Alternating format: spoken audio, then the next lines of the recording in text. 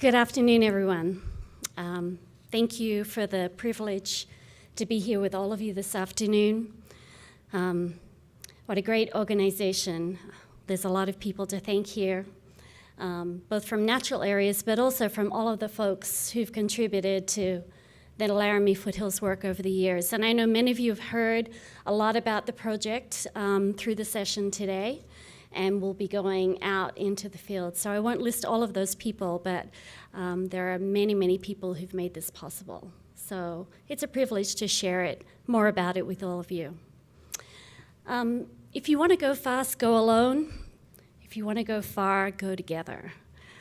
This is a great life lesson that I've taken to heart and want to put it in context of the work that we've done in the Laramie Foothills. So for almost 25 years, I had the privilege to work in this watershed along the Colorado-Wyoming border. I started as an assistant preserve manager 7 months a year, and by the time we were done and I was ready to pass it off onto the next generation, we'd been working across this 400,000-acre landscape across public and private boundaries with all kinds of people that we would have never imagined at the beginning. It's located about 30 miles north of Fort Collins, and you've driven up from Denver, so you know what the Front Range looks like today. But this is a place that still has these great representations of grasslands, foothill shrublands, and our forested systems punctuated by streams and wetlands and riparian systems, much of which you would have seen across the whole Front Range in the past. In 1987, the Nature Conservancy purchased a property called Phantom Canyon Preserve in this watershed and opened it to the public in 1989, and that really began their role in this landscape that led to a collaboration over those years. Many of these are John Fielder photos, so much thanks to him. So the preserve is one of the last remaining roadless river canyons on the Front Range and sits right in the transition zone between the grasslands, the foothills, and the ponderosa pine system. It has it's home to over 600 plant species, but also supports wide-ranging species, elk, mountain lion, mule deer, etc.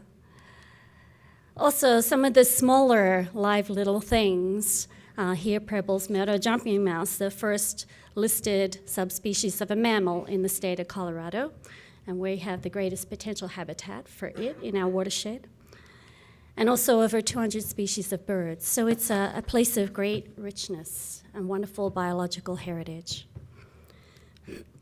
But as Jason LaBelle talked about this morning, it's a place that's had a long human history as well.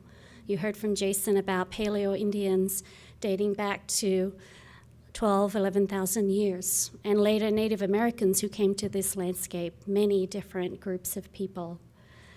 By the 1880s, Anglos came into the area, first mining and trapping, and then agriculture came, ranching and farming, mostly ranching. And today, ranching continues and is probably the most sustainable and most compatible of land uses in this watershed with our natural resources.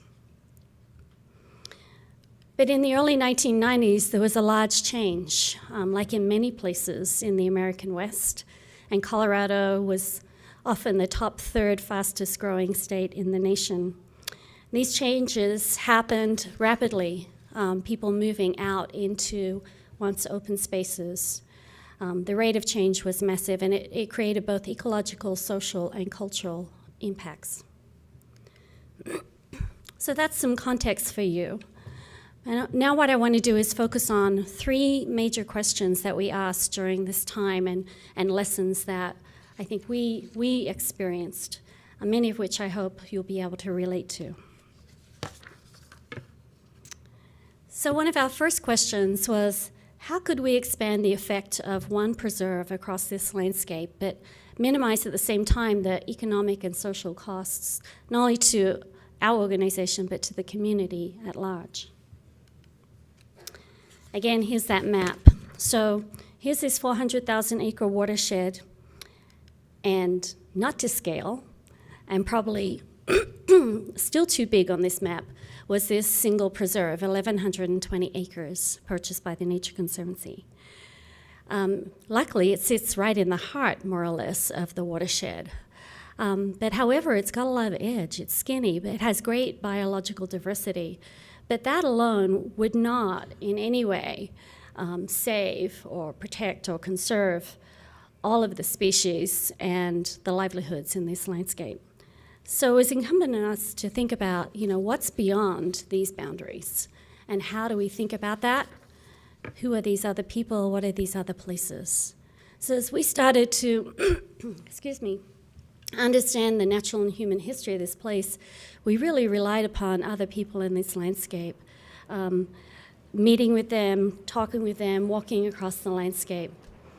And what we discovered very quickly was that we were trying to do the same kinds of management across our boundaries. So when the Nature Conservancy purchased this, like most of us, we put up our fence, we put up our signs, and then we started learning about the place and started thinking about stewardship and how to implement things and what were the priorities. Very quickly, we realized that neighbors were kind to us, and they let us know that that electric fence, even though it really blended in visually well, it really didn't work functionally very well. We also unknowingly cut off water to the rancher who was trying to graze that land. And we had originally eliminated grazing, but then we're trying to put it back because we understood it was an important disturbance.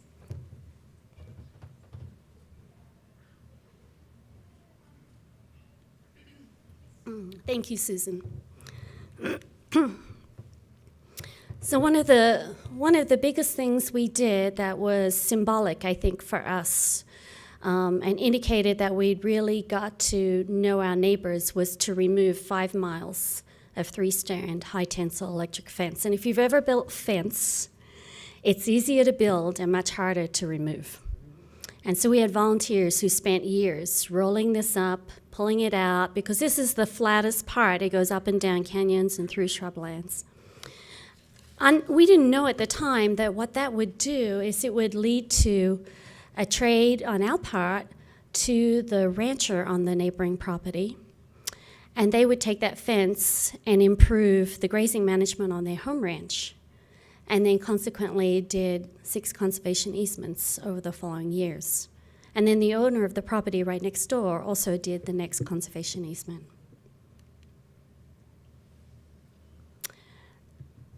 So that began this building of a corridor across this landscape.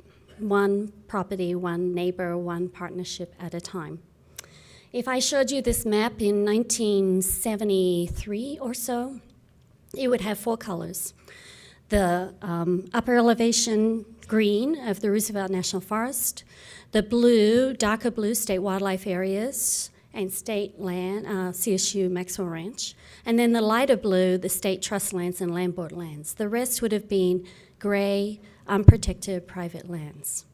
And because of this amazing partnership and people in the community realizing that there was a threat of fragmentation and loss of their livelihoods and the natural heritage, they came together and added significant conservation. So the public lands prior to our work totaled 110,000 acres out of the 400,000. All those lime greens are conservation easements held by a variety of land trusts and organizations. And then the browns and tans are new open spaces. So collectively, this group added 100,000 acres of private and new public protected lands. So lessons from this, I would say, you really need to be willing to reach across boundaries, not just physical ones like our fence, but political and social ones. And think about the whole of that watershed, not just its small sum parts and how they're interconnected. And it was by asking questions that were really heartfelt and listening to those people and seeing challenges not as barriers but as opportunities. How do we turn that around and solve that? And that's when we saw collaboration and innovation emerge. But there was always this piece: if you're going to start something, you better follow through. The second question that we asked was, what's our biggest challenge to achieving our conservation outcomes? In 2002, this wonderful text, co-authored by Rick and others, came out, and we were lucky to be asked to write a case study for it. Here's the title of my case study. It's all about money. Yeah, that's all it would take. You have to remember that when we started this work, this was an explosion in population growth, the land rush from urban areas out into farms and ranches and other open spaces. We were losing the size of Rocky Mountain National Park on an annual basis. We were converting that landscape to ex-urban development and commercial use. This is a huge change. And it was also at a time of the peaks of environmentalism. People were fearful about government, about new things. The Nature Conservancy was the nature conspiracy, and conservation easements were brand new tools. And I kept thinking, if we just had more money, we could do this stuff because the rate of change was rapid. But what I learned was, money is important, funding is important. But I realized that we had other resources that were just as important. And places like Phantom Canyon Preserve were places to bring people, to have local people tell stories around campfires to their new neighbors, to have children in the elementary schools go out onto public and private land and understand about watersheds and meet the irrigation company, meet ranchers.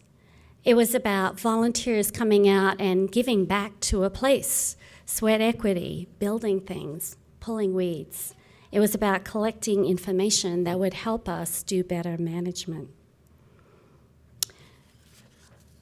So what this did is it enabled us to have credible people delivering important messages, connecting people to a place. It built a story. Why was this place special? Why should anybody care about it? And what should we do together? It was about the people. It was about listening to each other, and it was about figuring out that we had this common love of this place. And if we didn't act together in some meaningful way, we might lose that. So instead of money is important, don't count me wrong there, but it was about the people. If the people didn't care, if we didn't listen, if they weren't heard, if we couldn't hear their stories and they ours, we wouldn't have these relationships that we could then trust each other to do this work. So it was about starting small and scaling up and celebrating success. Beer is always helpful. But it was about also giving away the credit for this. Just give it away. Whenever you can, just give it away. It doesn't matter who was the key or when or where or how, it's that it got done. So the last question and lessons that I wanted to share was, what's the biggest barrier? The biggest barrier that we could remove that would enable others to be willing to innovate, to adopt new things, to try new things? What could we do to help move people toward other ideas, other things, as we learned in this place? It really helped us to think about the ecological processes that maintain this landscape, to think about the historic condition, what had changed, and so what was the current condition today, and where do we want to go in the future? And what if these ecological processes were in place or were partly altered or things that needed to be restored back? So understanding that first was important. But then it was about, so where do you start that work? So we chose the third biggest threat in the landscape in this case, invasive plant species. Everybody had them, everybody hated them, and nobody had enough capacity to do anything about it. So it's a place that we all could come together and say, we need to do something here. We didn't choose to start at the hardest, most tricky, most controversial spot. We chose to start where we could all do something together. And then, over time, we moved to the more tricky things. Fire played a major role across this landscape. There was a lot of evidence for it. We had a lot of partners. It was a little scary to try to do this. It takes technically competent people. It takes some significant trust. Most people, the only fire they've ever known is something that is fearful and results in loss, significant loss, both to landscapes and people themselves.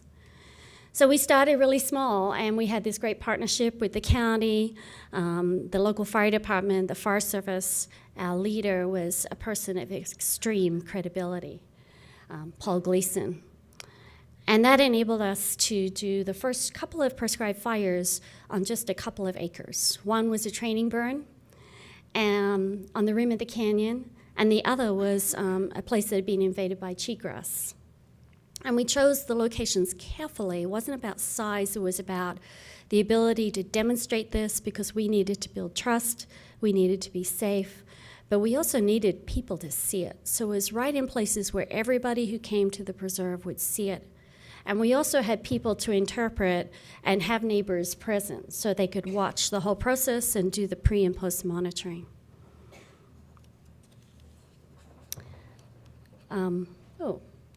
Sorry, there was another, let me see. Oh, there's an image that's disappeared. Sorry, you would have seen our fire use module. So now the Colorado chapter of the Nature Conservancy has a fire use module, and these are folks that are certified to not only do prescribed fire and manage fire, but suppression fire. And it's exciting to say today that they probably do more work off Nature Conservancy properties on many other private and public lands, and have really brought the scale of that work to a significant level, and those are all ecologically based fires. So what's the take-home message? What was that biggest barrier we could remove? It was all about risk. It was about fear of failure. It was about risk to people and life. What if you made an incorrect choice about your management strategy? So we realized it was about taking calculated risk, having contingency plans, and also approaching it from, let's learn about this together, let's think about it as an experiment, let's whatever is successful, let's build on it and share it. And when we see failure, let's also talk about it, but let's not repeat it, if we can. So a final couple of thoughts for you. So these, of course, come from my experience over those years, and every place is unique. But I think there are some things that are in common across almost anywhere we might work in the world. And of course, you need to know your place first, the human and natural history and how that system works, right? That's our grounding. But then it's about the people. It's about the relationships. It's about a common place to work from. It's about celebrating what works. It's about learning from your challenges. It's about figuring out how to come together and take some risk, but then build on that and scale up from there. I realize this takes time, and sometimes it costs more as well. But for me and our experience in the Laramie Foothills, I think the lasting result is more durable and hopefully will go beyond any of our work here. So I guess I would say to you, I guess we all have to decide for ourselves. Are we going to go fast and go alone? Or are we going to go far and go together? Thank you.